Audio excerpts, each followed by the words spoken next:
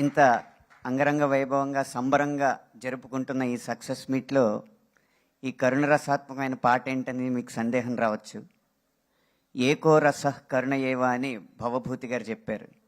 నవరసాలని గనక ఒక రేఖ మీద వేస్తే ఈ చివర కరుణ రసం, ఆ చివర రౌద్రం ఉంటుంది. కానీ ఈ సినిమాలో ఒక కంట్లో కరుణ రసం, ఒక కంట్లో రౌద్ర రసం పండించిన ఘనత నందమూరి బాలకృష్ణ గారికే చెందింది.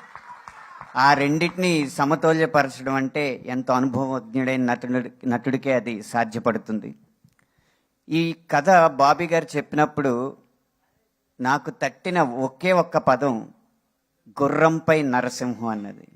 డేగా డేగా అన్న పాటలో గుర్రంపై నరసింహం అనేది బాలకృష్ణ గారి స్వారీ చూసిన తర్వాత తట్టిన పదం అన్నమాట. చాలామందికి ఏముంది గుర్రం మీద వస్తున్నారు కదా అనుకోవచ్చు. ఈ గుర్రపు స్వారీ అనేది వయస్సు అనేది కేవలం సంఖ్య మాత్రమే. ధైర్యానికి వయసుతో సంబంధం లేదని నిరూపించే ఘట్టం ఆయన చేసిన గుర్రపు స్వారీ. మనకందరికీ గుర్రం రెండు కాళ్ళ మీద నుంచుంటే చూపులకు చాలా బాగుంటుంది. దాన్ని హార్స్ రైడింగ్ ప్రక్రియలో రేరింగ్ అంటారు. అది ఏమాత్రం బ్యాలెన్స్ తప్పినా గుర్రం తన బరువు తన మొయ్యలేక పైకెళ్ళిన గుర్రం వెనక్కి పడితే గుర్రం మీద ఉన్న వ్యక్తి కింద పడతాడు. ఆ వ్యక్తి మీద 400 కేజీల గుర్రం పడుతుంది. 400 కేజీల ఒక బండ మన మీద పడితే ఎంత రిస్కో హార్స్ని రేరింగ్ చేయడం అంత రిస్క్. ఈ దశలో ఇన్ని విజయాలు పొందిన తర్వాత కూడా సినిమా కోసం నేను ఏదైనా చేస్తానని నిరూపించిన ఆయన ధైర్యానికి శిరస్సు వంచి నమస్కరిస్తాను.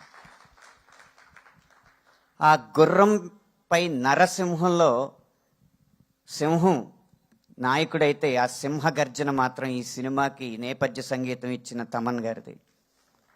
మనకి దృశ్యం ఎంత గంభీరంగా కనిపిస్తుందో ఆ నేపథ్య సంగీతం కూడా అంత అద్భుతంగా వినిపించబట్టి డాకు మహారాజ్ అన్న సినిమా విజయానికి ఒక మెట్టు పైనే ఉంది కానీ విజయంతో సరిపెట్టుకోలేదు.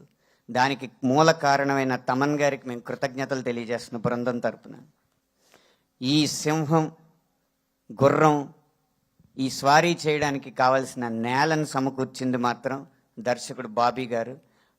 ఇప్పటి వరకు బాబీ గారి సినిమాలు ఒక ఎత్తు, ఇప్పటి నుంచి బాబీ గారి సినిమాలు ఒక ఎత్తు అనడానికి ఈ ఎత్తుకి మధ్య వారధిగా డాకు మహారాజ్ చరిత్రలో నిలిచిపోతుందని నేను మనస్ఫూర్తిగా విశ్వసిస్తున్నాను. ఇంత కమర్షియల్ సినిమాలో అయినా ఒక నీటి సమస్య గురించి ఒక ప్రదేశాన్ని చూపించి, ఆకు కూడా చిగురించని ఒక ఎండిపోయిన ఒక ప్రదేశాన్ని చూపించి నా సినిమా మొత్తం నీ పాటలో వినపడాలని నాకు స్ఫూర్తినిచ్చి అద్భుతమైన పదాలు నాతో రాయించినందుకు మరొకసారి దర్శకుడు బాబీ గారికి కృతజ్ఞతలు, ధన్యవాదాలు తెలియజేసుకుంటూ ఈ అవకాశం ఇచ్చిన చిత్ర బృందానికి ధన్యవాదాలు తెలియజేసుకుంటూ ఈ విజయాన్ని పంచుకుంటున్న ప్రతి ఒక్కరికి శుభాకాంక్షలు తెలియజేస్తాను.